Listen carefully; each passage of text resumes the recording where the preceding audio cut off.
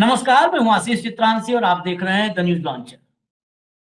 मतदान खत्म होने के बाद बिहार में पहले दौर का मतदान खत्म होने के बाद जिन आंकड़ों पर कल हमने चर्चा किया था, वो आंकड़े अब और तब्दील हो चुके हैं।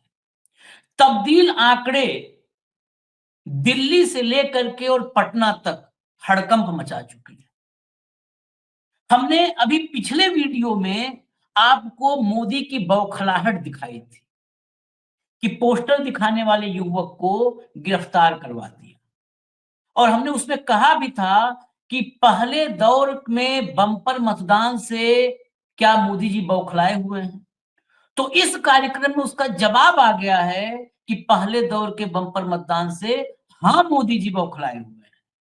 अब क्या हाँ में तब्दील हो चुका है। भारतीय जनता पार्टी के टॉप टू बॉटम नेता, इस वक्त आप खाली न्यूज एजेंसियों पर चले जाइए, और न्यूज एजेंसी का आपके पास एक्सेस नहीं है तो मैं वो भी रास्ता बताता हूं। आप एक्स पर जाइए, एएनआई या पीटीआई आप डालिए, उसके हैंडल पर जाइए। एजेंसियां वहां भी आजकल डालती हैं बाइट्स। टॉप टू बॉटम नेता सब के सब कैमरे पे आ रहे हैं और ये बताने की कोशिश कर रहे हैं कि जो ये बम्पर मतदान हुआ है, इससे हम जीतेंगे। ए टू जेड ये क्यों नौबत आई है, क्यों सब एक ही बात बोल रहे हैं कि बम्पर मतदान हुआ वो हमारे लिए हुआ है? क्योंकि पहले चरण में सूपड़ा साफ होते नजर आ रहा है, और दूसरे चरण में क्योंकि पहले चरण का जो टेम्पो है ना, वही कैरी करता है सेकंड फेज में। उस टेम्पो को तोड़ने के लिए, लोगों के आंख में धूल झोंकने के लिए अपने ही पुराने बयानों से पलट रहे हैं। क्योंकि सबसे बड़े साइकोलॉजिस्ट तो यही भाजपाई हैं, जो बताते हैं कि जब मतदान प्रतिशत बढ़ता है तो सरकार बदलती है। तो मतदान प्रतिशत से क्या होने वाला है, 121 सीटों का क्या रुझान है, और इतिहास क्या है 1951-52 से 2025 तक, जब जब 5% से अधिक मतदान हुआ, मतलब बढ़ा है, जो बढ़ोतरी है वो 5% से ज्यादा की रही है, तब तब क्या हुआ है। ये ट्रैक रिकॉर्ड मोदी, शाह और नीतीश तीनों के रात की नींद गायब कर चुकी है। और खबर तो अब यही हम कहेंगे है कि कल पूरी रात नहीं सोए हैं बेचैन बहादुर लोग। भाऊ को लाइए, ये चर्चा थोड़ी सी लंबी हो सकती है। स्वागत है भाऊ, क्योंकि आपके सामने हम बहुत सारे तथ्य भी रखेंगे, बाइट भी रखेंगे। यहाँ फैक्ट्स और एनालिसिस दोनों समानांतर चलेंगे, तो इसलिए बस थोड़ा सब्र से हमारे साथ आप वक्त अपना गुजारिए। गुजरात में तो वक्त गुजार चुके, थोड़ा न्यूज लॉन्चर पर वक्त गुजारिए।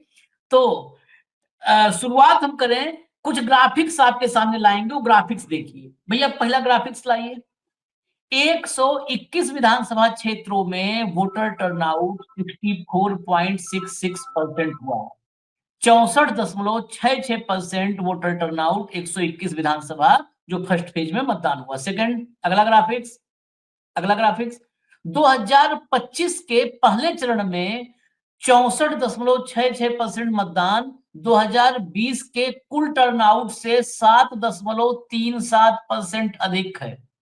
अब इसको और क्लियर कर दूं, 2020 में जो 243 सीटों पर कुल मतदान था फर्स्ट और सेकंड फेज मिला करके, उस मतदान से 7.37% ज्यादा फर्स्ट फेज में हुआ है। फर्स्ट फेज में अगला ग्राफिक्स लाइए तो उसमें और क्लियर हो जाएगा। तो 2025 में 2020 के मुकाबले फर्स्ट फेज में करीब 8.5% ज्यादा मतदान हुआ है।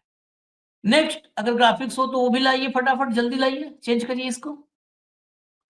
1967 में हुए विधानसभा चुनाव में मतदान में 7% की बढ़ोतरी हुई थी, 7%। तब राज्य में पहली बार गैर कांग्रेसी सरकार बनी थी। 1951-52 से लेकर के कंटिन्यूटी में मतदान, मतलब कभी भी इतना मतदान में बढ़ोतरी नहीं हुई थी। 1967 के विधानसभा चुनाव में मतदान 7% बढ़ गया और सरकार पलट गई। वो सरकार जो लगातार 16 साल से बिहार में काबिज थी, सरकार पलट गई और गैर कांग्रेसी सरकार बनी। नेक्स्ट, एक एग्जाम्पल नोट करिएगा। फिर 1977 में जनता पार्टी की सरकार आई थी, बहुत ज्यादा मतदान नहीं बढ़ा था, लेकिन जनता पार्टी की सरकार आई थी। 1980 के विधानसभा चुनाव में 6.8% ज्यादा मतदान हुआ 77 के मुकाबले 80 में। 6.8% यानी 7% के करीब ज्यादा मतदान हुआ। जनता पार्टी की सरकार आउट हो गई, कांग्रेस फिर आई, यानी फिर सरकार बदली। 5% से ज्यादा मतदान बढ़ने पर फिर सरकार बदली। नेक्स्ट चलिए अगला ग्राफिक्स लाइए। 1990 के चुनाव में 5.8% ज्यादा मतदान हुआ और कांग्रेस राज्य की सत्ता से बेदखल हो गई। ये 1990 ही है जब लालू यादव की सत्ता में एंट्री होती है। उस चुनाव में पिछले चुनाव के मुकाबले 85 के मुकाबले 90 में 5.8% ज्यादा मतदान हुआ, कांग्रेस गई और लालू की एंट्री हुई। नेक्स्ट चलिए अगला अगला 2005। यहां पर भी गौर कीजिएगा, हम इसीलिए सारे तथ्य को लाए हैं कि एनालिसिस में थोड़ा सुविधा होगी। 2005 के विधानसभा चुनाव में 16.1% कम मतदान हुआ, 16.1%। इसी चुनाव में लालू राबड़ी के शासन का अंत हो गया। 16.1%, यानी दोनों स्थिति में सत्ता परिवर्तन है। ड्रास्टिक मतदान बढ़ता है तो भी सत्ता परिवर्तन होता है, और बहुत ज्यादा नीचे डिप कर जाए, बिल्कुल गोता खा जाए मतदान परसेंटेज, तो भी सत्ता बदलती है, तो भी सत्ता बदलती है। ये दोनों सामने है। अब आपको मैं दिखा दूं जो सीट इलेक्शन कमीशन ने जारी की है, वो सीट ले आइए। इलेक्शन कमीशन ने जारी किया वो आपको दिखा देते हैं।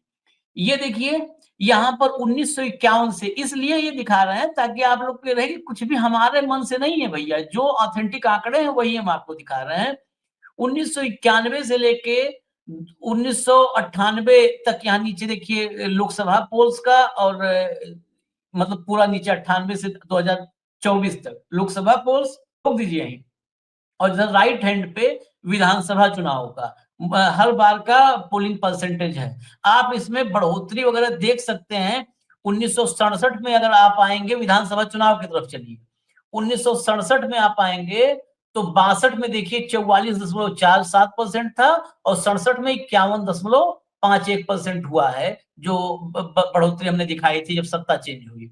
आप 1980 में आइए तो 77 में देखिए 50.51% है, 80 में 57.28% है। बिल्कुल आप मिला लीजिए, मैच कर लीजिए। फिर 1990 में आइए, देखिए 85 में कितना है, 56.27%, और 90 में हो गया है 62.04%। बढ़ोतरी बिल्कुल स्पष्ट है आपके सामने। और 2005 अगर आपको देखना है तो 2000 में देखिए 62.57% है, और 2005 में 46.5% हो गया। ये देखिए कितना यहाँ पर गिरा है मतदान। दूसरी बात एक और ध्यान रखना है कि सन 2000 में विधानसभा चुनाव में सबसे ज्यादा मतदान हुआ था 62.57%, 1951 से लेकर के, और अब तक का रिकॉर्ड टूट गया है फर्स्ट फेज के मतदान में।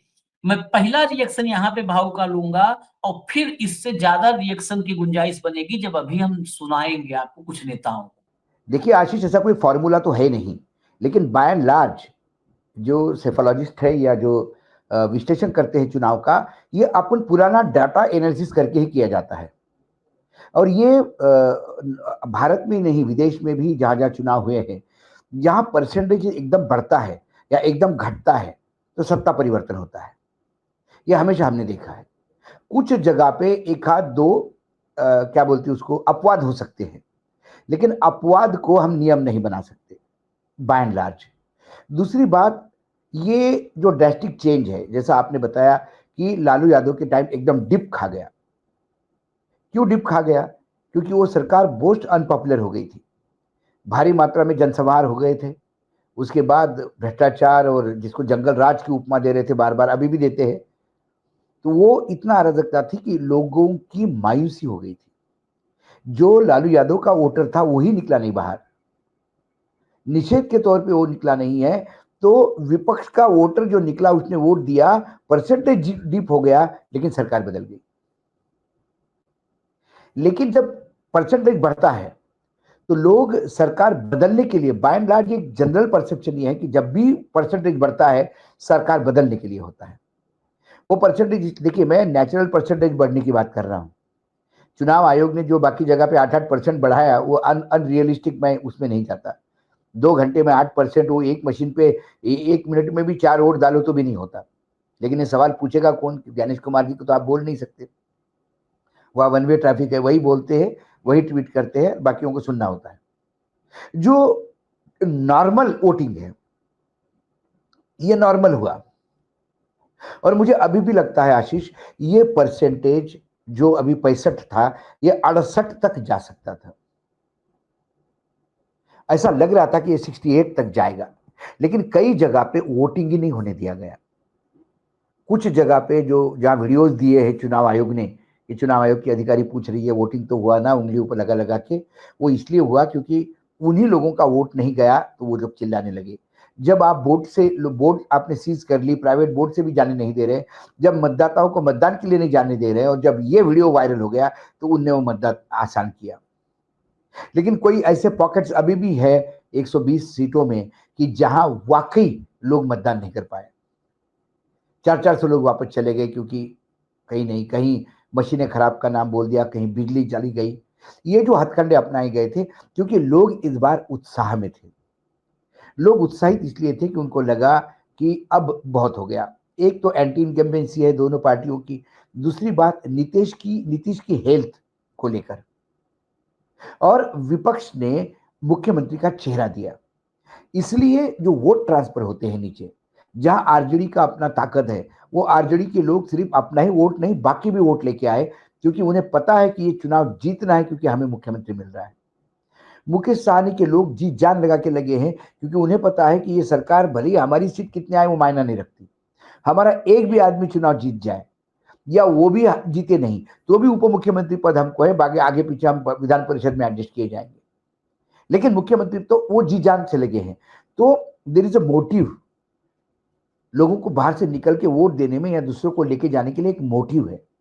वो मोटिव वहां सत्ता पक्ष में दिखाई नहीं देता, क्योंकि ये अभी तक सर्टन नहीं है कि क्या नीतीश कुमार ही मुख्यमंत्री बनेंगे या नीतीश कुमार को कोई पाला बदल के मुख्यमंत्री पद लेना पड़ेगा।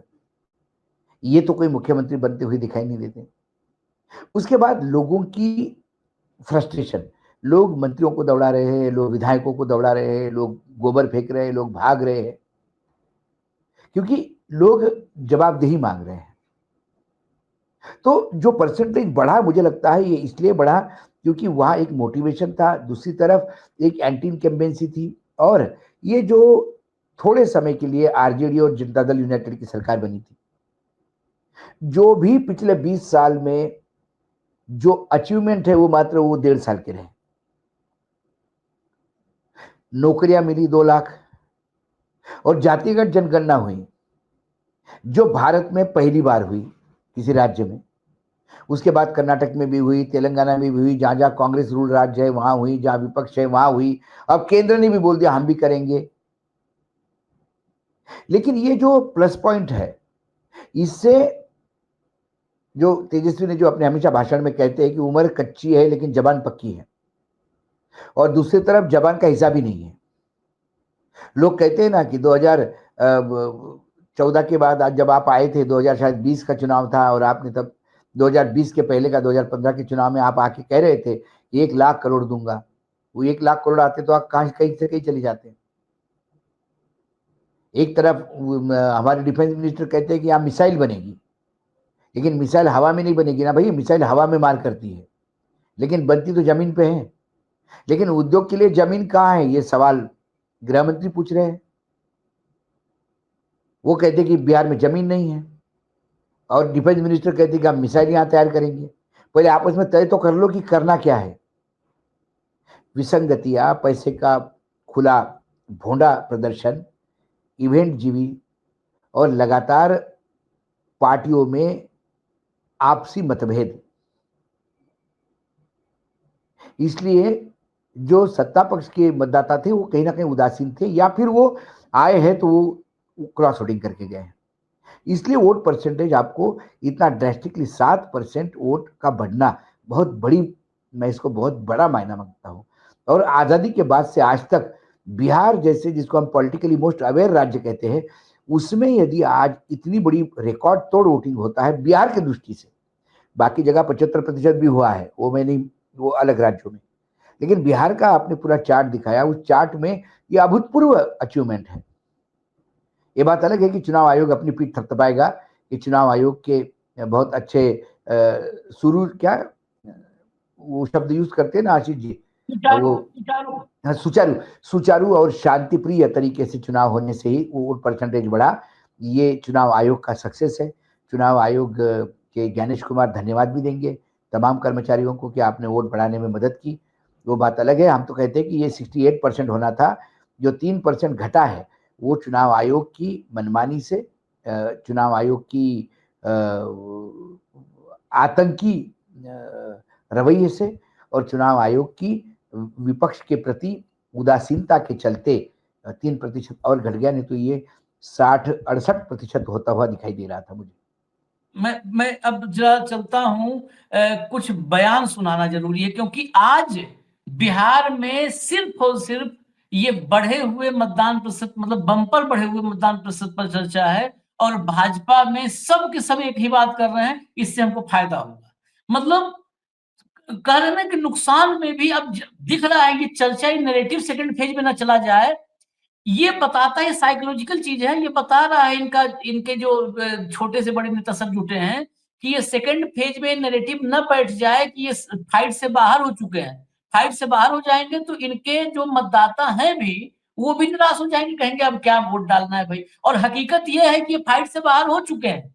जरा आप सुनवा दीजिए सबसे पहला बयान उदित राज को, जरा उदित राज को सुनाइए। देखिए, ऐसा है कि करीब 65% वोट पड़ा है। जब पोलिंग बढ़ती है तो सीधा सीधा एंटी इनकम्बेंसी को सजेस्ट करती है। आप देख लीजिएगा 2/3 बहुमत से इंडिया गठबंधन सरकार बनाएगा। 11-12 MP MLA ऐसे हैं बीजेपी को जिन्होंने जनता ने दौड़ाया है, ये कह करके बच नहीं सकते कि आरजेडी के गुंडों ने किया है। अब इनके उदित राज के बाद हम गिरिराज सिंह को सुनाएंगे, तब और मामला क्लियर होगा। गिरिराज सिंह को जरा सुनाइए। औंधे मुंह गिरेंगे, उनको ये समझ में नहीं आ रहा है। गांव का एक छोटा सा कार्यकर्ता समझ रहा है, ये महापंडित लोग जो राजनीतिक पंडित हैं, ये विश्वसनीयता की लड़ाई थी और नरेंद्र मोदी नीतीश कुमार की विश्वसनीयता ही ये बम्पर वोट का है। ऐसा कोई सगा नहीं जिसको ये ठगा नहीं, उसी का नाम है MY। सर, महिला वोटरों की भी लंबी लाइन कल देखी गई बिहार में, जहां जहां जैसे हम लोगों ने घूमा, जो भी फोटोग्राफ सामने आ रहे हैं कि महिला वोटर काफी कल रहा, मतलब वोटिंग परसेंटेज का भी रोल माना जा रहा है, महिलाएं काफी संख्या में। मैं तो डंके की चोट पे कहता हूं पूरे राज्य में हुआ है, और पूरे राज्य में अब बेगूसराय में पुरुष से 8-10% अधिक हुआ है, और उसका कारण एक दिन नहीं है। अगर 10,000 रुपया होता तो तेजस्वी यादव तो 30,000 गच्छा, तेजस्वी यादव तो घर घर नौकरी गच्छा। ये नीतीश कुमार ने जीविका को पहली बार बिहार में गरीबों के उत्थान के लिए लाए, आरजेडी ने नहीं किया, वर्ल्ड बैंक के पैसे से। और इस बिहार में केवल 145 करोड़ रुपया ही बैंक से यूपीए काल में मिला, लेकिन 14 में जब नीतीश कुमार की सरकार यहां थी, 15 में, लेकिन नरेंद्र मोदी ने जीविका के लिए आज 55,000 करोड़ बैंक लिंकेज है। ये बताता है कि क्या है, नरेंद्र मोदी और नीतीश कुमार जीविका के से जुड़े हुए हैं, इमोशन से। नरेंद्र मोदी जी ने तो लाखपति दीदी का कॉन्सेप्ट दिया। मैं उस विभाग का मंत्री था, और आज उन महिलाओं को ये लगा है कि हमारे लिए जीवन को उत्तम बनाने के लिए, अच्छा बनाने के लिए, ये सेल्फ सस्टेनेबल बनाने के लिए ये नरेंद्र मोदी, नीतीश कुमार की विश्वसनीयता के कारण हुआ। हटा दीजिए इनको भी। इतने देर पता है इनको कहे सुनवाए थे, शुरू में कहे कि ये विश्वसनीयता की वजह से बढ़ गया इतना वोट, विश्वसनीयता की वजह से बढ़ा है। और सारे राजनीतिक पंडित ये सब बेवकूफ हैं। ये गिरिराज सिंह होशियार है, सबसे होशियार। गिरिराज सिंह जी की एक बात पे मुझे बहुत बढ़िया हंसी आई थी। उन्होंने कहा कि ऐसा कोई सगा नहीं जिसको इन्होंने ठगा नहीं। वो भारतीय जनता पार्टी के कैरेक्टर के बारे में बोल रहे थे। तो मुझे 2 मिनट के लिए शॉक्ड भी लगा मैं कि ये अपनी यूएसपी कैसे बता रहे हैं कि ऐसा कोई सगा नहीं जिसको हमने ठगा नहीं, लेकिन ये फिर बाद में इंडिया गठबंधन पे जोड़ने का प्रयास कर रहे थे। ये भी अच्छा है, अपने ऊपर लगे हुए आरोप आप इंडिया गठबंधन पे थमा दो। लेकिन जनता जानती है, जनता के पास सबका ट्रैक रिकॉर्ड है, किसने सगे को ठगा। भाई 15 लाख के जुमले से लेके अभी तक सब जुमलेबाजी हो रही है। अभी महाराष्ट्र में सोयाबीन से लेके कर्ज माफी तक सबको ठगा, पूरे देश को ठगा कि मैं मेरा व्यक्तिगत नुकसान होने दूंगा लेकिन किसानों का नहीं। लेकिन कपास में मरवा दिया, सोयाबीन में मरवा दिया अमेरिका के लिए दरवाजा खोल के। अब मक्का भी आएगा, उसमें भी लोग मरेंगे, और कई लोग मरेंगे जब वहां से एथेनॉल भी आएगा अमेरिका से। देखिए अब क्या क्या होता है। तो गिरिराज जी क्या बोल रहे हैं कि कभी वर्ल्ड बैंक से पैसा लिया है, कभी बैंक लिंकेज दिया है। अरे कर्ज दिया है, बिहार की जनता को पैसा नहीं मिल रहा है, कर्ज मिल रहा है। कर्ज के बोझ के तले डूब जाएगा बिहार, ये स्थिति बना दी है। देश को तो 200 करोड़ रुपए, 200 लाख करोड़ रुपए से नीचे कर दिया। 54 लाख करोड़ से 200 लाख करोड़ रुपए ले गए, उससे भी ज्यादा। जहां जहां पड़े पैर संतन के, वहां वहां कर्जा पार, ये हाल है। और वो कहते कि मैं उस डिपार्टमेंट का मंत्री था, क्यों मंत्री नहीं बनाया, क्यों निकाला गया।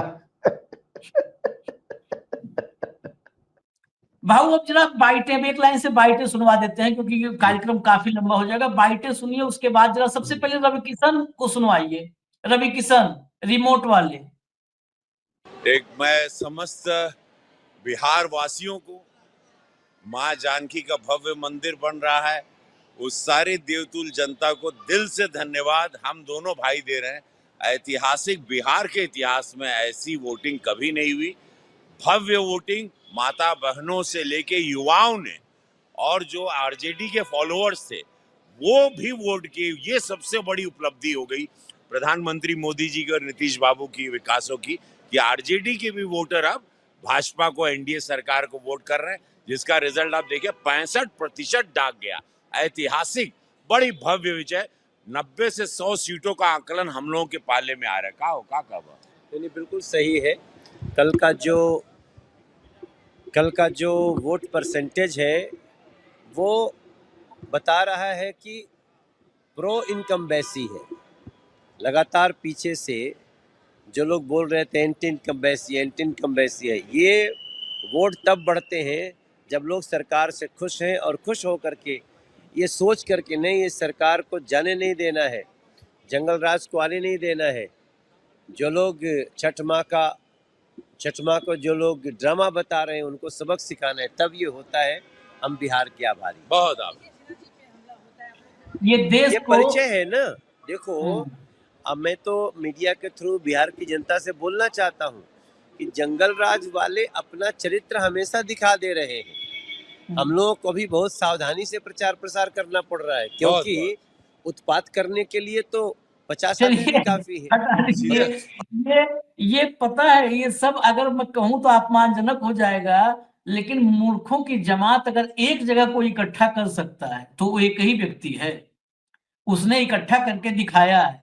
मतलब ये 20 साल के शासन में भाई साहब बता रहे हैं कि हम लोग को भी संभल के चलना पड़ रहा है बिहार में, और 20 साल से नीतीश कुमार मुख्यमंत्री हैं और ये कह रहे हैं हम लोग को भी संभल के चलना पड़ रहा है। भैया मतलब ये हालत है बिहार वर्तमान में जो बिहार में जंगल राज है उसको रेखांकित कर रहे हैं, उसको एकदम अनुमोदित कर रहे हैं।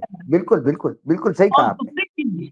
दूसरी चीज देश के बाकी जितने चैनल हैं सब बड़े बड़े हाई फाई स्टूडियो वाले, वो लोग अब 2 राजनीतिक विश्लेषक सेफोलॉजिस्ट और मिल गए हैं, उनको आप लोग बिठाया करिए। चुनाव में जीत हार मतदान प्रतिशत कैसे बढ़ता है, एक रवि किशन शुक्ला और एक मनोज हाँ। तिवारी, ये दोनों लोग को बैठा लीजिए। ये जो है जब बहुत ज्यादा खुश हो जाती है जनता तो सब वोट दे दिए इस बार आकर के। आरजेडी वाले भी, अच्छा आरजेडी वाले अगर भाजपा को वोट दे दें तो टोटल वोट परसेंटेज कैसे बढ़ जाता है? ये सब आज भट्ट शर्मा जाएंगे। अगर आरजेडी वाले भाजपा को वोट कर दे तो टोटल वोट परसेंट कैसे बढ़ेगा? अरे भाई भाजपा का वोट परसेंटेज बढ़ जाएगा, टोटल तो वही रहेगा। टोटल तो वही रहेगा। कह रहा है कि आरजेडी वाले अरे बाबा, एक लीटर दूध आधा लीटर 2 ग्लास में डाल दिया। हाँ। अब 1 ग्लास का दूध आधा और उसमें डाल दिया तो एक में 1 पाव रह गया, उसमें 3 पाव हो गया। टोटल दूध 3.5 2 लीटर कैसा हो जाएगा? वही यही चीज इसलिए कहे ना आशीष जी, ये दोनों भी डिप्लोमा लिए हुए हैं गुजरात यूनिवर्सिटी से। एंटायर पॉलिटिकल साइंस डिग्री नहीं, डिप्लोमा लिए हुए, वही उसी यूनिवर्सिटी के प्रोडक्ट है। एंटायर मैथमेटिकल साइंस में लिए है, ये डिग्री लिए है वहीं से। लेकिन इनका सुनिए, अब जरा प्रमोद तिवारी को सुनाइए, प्रमोद तिवारी को सुनाइए भैया। बीजेपी वाले हमेशा कहते रहे हैं कि जब ज्यादा पोलिंग हो, निकाल के उनके पुराने बयान लाइब्रेरी से देख लीजिए, कि जब भी ज्यादा वोट पड़ता है वो एंटी इनकम्बेंसी का वोट होता है। इनके सारे बड़े नेताओं ने कहा है, तो आज पलट क्यों रहे हैं? यह सच्चाई है कि बिहार में एनडीए सरकार के खिलाफ एक जन क्रांति हुई है। युवा जिस तरह निकला है, बेरोजगारी और यहाँ पे जो इनकी आपस की लड़ाई है, तो उसके कारण निश्चित रूप से गठबंधन की सरकार प्रबल बहुमत से बनने जा रही है। इन्होंने कहा निकाल के देख लीजिए। अच्छा एक बाइट और सुना देते हैं। नरेंद्र मोदी को सत्ता में लाने वाला रणनीतिकार है। 2014 में नरेंद्र मोदी को सत्ता में लाने का श्रेय लोग देते हैं और यही भाजपा ही देते थे, प्रशांत किशोर। उनको भी सुन लीजिए, प्रशांत किशोर को। अब आज यही भक्त प्रशांत किशोर गरियाएंगे कि इसे कुछ नहीं आता है। चलाओ भैया। भाई भारी मतदान ये दिखाता है कि बिहार के बारे में जो हम लोग कह रहे हैं कि बिहार में बदलाव होने जा रहा है, नई व्यवस्था बनने जा रही है।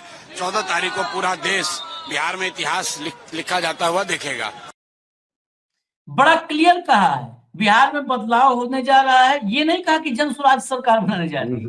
बड़ा क्लियर, प्रशांत किशोर को पता है बिहार में बदलाव होने जा रहा है, ये मतदान बता रहा है। और ये देश के घोषित सर्टिफाइड रणनीतिकार हैं, चुनावी जानकार हैं। ये मनोज से लहंगा उठाने वाले नहीं है। 2014 की विक्ट्री भी अपने नाम पे, इन्हीं के नाम पे लिखी गई है मोदी जी की। तो 2014 की मोदी जी की विक्ट्री इसके नाम पे लिखी गई है। कई जगह पे गए हैं। अमित शाह ने ही फोन करके इनको आरजेडी के पास, जनता दल यूनाइटेड में भेजा था, वो भी सर्वज्ञात है।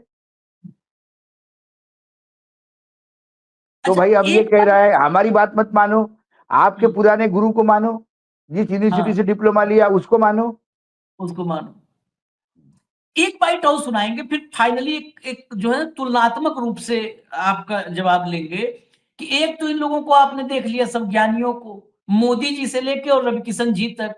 जरा तेजस्वी ने कल आधी रात में मतदान खत्म हुआ, लौटे रात के 12 बजे तक रैली करके, आधी रात के बाद एक वीडियो डाला आदमी के बोलने का और उनके बोलने का, जो अभी सुने हैं बौखलाहट। जब सुनिएगा इस पर जरा एक फाइनल एनालिसिस इसी पे लेंगे। प्ले करिए भैया। समस्त बिहार वासियों को तेजस्वी का नमस्कार।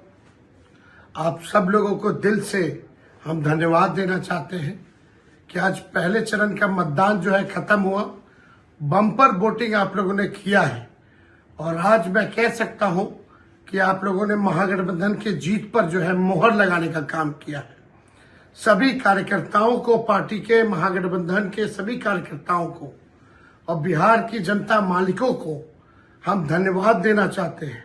ये जुनून, ये जज्बा, ये हौसला जो है 11 तारीख को भी दिखना चाहिए और चलिए मिलकर के नया बिहार बनाते हैं, बेरोजगारी को खत्म करते हैं, पढ़ाई, दवाई, कमाई, सिंचाई और सुनवाई वाली सरकार बनाते हैं। आप सब लोगों को, सभी Rashtriya Janata Dal, Congress, VIP party, IP Gupta ji की पार्टी, तीनों लेफ्ट पार्टियों के नेताओं को, कार्यकर्ताओं को तेजस्वी धन्यवाद देता है और खास तौर पे बढ़ चढ़ करके जो मतदाता हमारे मालिक हैं, चाहे किसी भी धर्म के हो, किसी भी जात के हो, हर वर्ग के हो, सब लोगों ने महागठबंधन के पक्ष में वोट दिया है। इसके लिए आप सब लोगों को तेजस्वी धन्यवाद करता है और हम नए सोच के हैं। तेजस्वी सबको साथ लेकर के चलेगा, बिहार को नंबर 1 बनाने का काम करेगा, ये मेरा प्रण है। बहुत बहुत धन्यवाद। जय हिंद, जय बिहार। ये आधी रात के बाद बनाया हुआ वीडियो है। वीडियो क्लियरिटी में खाली बात कर रहा हूँ, अब आप ही से मैं सुनूंगा। ये क्लियरिटी देखिए, एक वहां कभी आर्यभट्ट को शर्मिंदा कर रहे थे सर, एक ये क्लियरिटी है कि माले से लेके आईपी गुप्ता, वीआईपी, कांग्रेस, सबके कार्यकर्ता धन्यवाद, सबको नमन, झुक करके रात में। और ये भावनाएं भी, जो आवाज थी, तो आवाज 18-20 रैली बाद बोल रहा है अगला आदमी। 3 रैली में चिराग पासवान दिन भर हर बाइट में यही कहता है, देख रहे हैं मेरा गला बैठा है। तो चिराग पासवान हर 2-3 रैली में रोज एक ही बात चिराग जी को इसलिए बोलना पड़ रहा है कि उनकी पार्टी बैठ गई बेचारी। नतीजे जब आएंगे तो पता पड़ेगा कि चिराग की बंद मुट्ठी खुल जाएगी तो पता पड़ेगा कि कितना है, लाख की है कि खाक की है। हाँ, लेकिन एक बात है आशिक जी, आप उस दृष्टि से भी देखिए, थोड़ा सा जगह दीजिए। ऐसा नहीं कि बीजेपी वालों को थोड़ा जगह दीजिए। बीजेपी भी जान रही है कि मोहर लग चुकी है, लेकिन अब सवाल है बेइज्जती और कम हो जाए, इसके लिए कम से कम 11 तारीख के वोट के लिए कुछ तो भरे झूठ चलाओ। आप उनके पास चारा क्या है मुझे बताओ। क्या वो कहेंगे कि हम पूरी जिंदगी भर यही बोलते आ रहे हैं कि मत प्रतिशत बढ़ता है तो हमारी सरकार, विपक्ष आता है सत्ता में, यही बोलते आ रहे हैं और आए भी हैं। अब इस बार यदि ये फर्स्ट फेज का चुनाव होता तो कई बीजेपी वाले आपको रिकॉर्ड पे भी मिलते हुए दिखाते थे कि देखिए निर्णय ही देखना पड़ेगा, लेकिन पता नहीं क्यों ऐसा हुआ, हमने तो बहुत काम किया, लोग ऐसे बोलते हैं। लेकिन 11 तारीख को वोटिंग है। अब 11 तारीख को बीजेपी का मेजर स्टेक है। मैं आपको बार बार बोल रहा हूं, बीजेपी ने जी जान लगाई थी कि पहले फेज में अच्छा रिकवर कर लेंगे, कुछ छीना झपटी कर लेंगे। छीना झपटी मतलब राजकीय तरीके से, लोकतांत्रिक तरीके से। हालांकि कभी करते नहीं है वो, जब तक चुनाव आयोग की मदद नहीं मिलती है कुछ नहीं कर पाते। तो उसमें यदि हम गेन कर गए फेज 1 में, तो फेज 2 में हमें थोड़ा एटीज, थोड़ी जगह मिल जाएगी सांस लेने को। क्या हो गया, फेज 1 आउट टाइट हो गया, जो इनके पास था वो भी खोने का डर हो रहा है। ऐसे में ओवरलोड हो गया फेज 2। फेज 2 में जितना मिलना था पिछले चुनाव में मैक्सिमम मिल रहा है। इसके बाद फेज 2 में और कोई बढ़ोतरी की चिंता नहीं है। अब इनकी पूरी जो जद्दोजहद है फेज 2 में, अपनी सीटें जितनी थी उतनी तो कम से कम बचाओ, ताकि एक तगड़ा विपक्ष तो बनो हाउस में। इसीलिए ये नरेशन देते हैं कि बम्पर। अब आपको तो कुछ मतलब कैलकुलेशन तो देख लीजिए, आपने बता ही दिया कि आरजेडी के लोगों ने वोट दिया इसलिए ज्यादा वोट हो गया, जैसा पिछली बार आरजेडी ने बहिष्कार किया था। इसीलिए ये कैलकुलेशन उल्टा सीधा करने लगे। अच्छा बेचारी ये एक्टर है दोनों, देखो एक अच्छा अदाकारा है ना, अच्छे सिंगर है, म्यूजिक डायरेक्टर उनको बताता है कैसा गाना वैसे गाते हैं, लेखक गाने लिखने वाले, डायलॉग लिखने वाले डायलॉग देते हैं, बेचारे गाते हैं। ऐसे डायलॉग उनको किसी ने लिख के दिए, अब वो गाए और सवाल 2 ज्यादा पूछे प्रेस कॉन्फ्रेंस में, या मीडिया 2 सवाल ज्यादा पूछे, तो उसका तो स्क्रिप्ट आता नहीं है, तो फिर ओरिजिनलिटी बाहर आती है। वो गणित तज्ञ आर्यभट्ट से चैलेंज करने वाले लोग बाहर, वो अंदर का आर्यभट्ट जाग आता है, फिर पता पड़ता है कि भट्ट जी आप चुप रहिए ना प्लीज, शुक्ला होने से आप आर्यभट्ट नहीं होंगे, है ना, उसके लिए थोड़ा पढ़ना भी पड़ता है। तो कुल मिलाकर ये दयनीय स्थिति में अपनी पोजीशन को कंसोलिडेट करने का दूसरा दयनीय प्रयास है, ऐसा मुझे लगता है। बिल्कुल। और ये और ऐसे ही बोलेंगे 11 तारीख तक, ये और विश्लेषित करते रहेंगे कि पहले फेज में ही हमने सरकार बना ली। नहीं, गिरिराज सिंह ने बता दिया। गिरिराज हाँ। सिंह को कोई भी मैं कहता हूं दोबारा सुने, दोबारा सुनने के बाद आजकल मीम्स में एक लाइन में सुनता हूं, वही मुंह से निकलेगा कि अरे कहना क्या चाहते हो। आजकल मीम्स में आता है ना, गिरिराज सिंह शुरू से अंत तक वो आदमी कहना क्या चाहता है ये बिहार नहीं समझ पाया। पता नहीं कहाँ का बात कहाँ लेके गिरिराज सिंह, फिर से मैं कह रहा हूँ, गिरिराज सिंह की वो भोंडा प्रयास था अपने आप को बचाने का। नहीं उनका चेहरा बता रहा था, आशीष जी उनका चेहरा बता रहा था कि 12 बज गए हैं, चेहरे पे भी 12 बज गए थे, चेहरे पे भी 12 बज गए थे, बढ़ते हुए प्रतिशत ने भी 12 बजा दिए थे, पार्टी के भी 12 बज रहे हैं, उनके भाजपा के अंदर भी 12 बज गए हैं।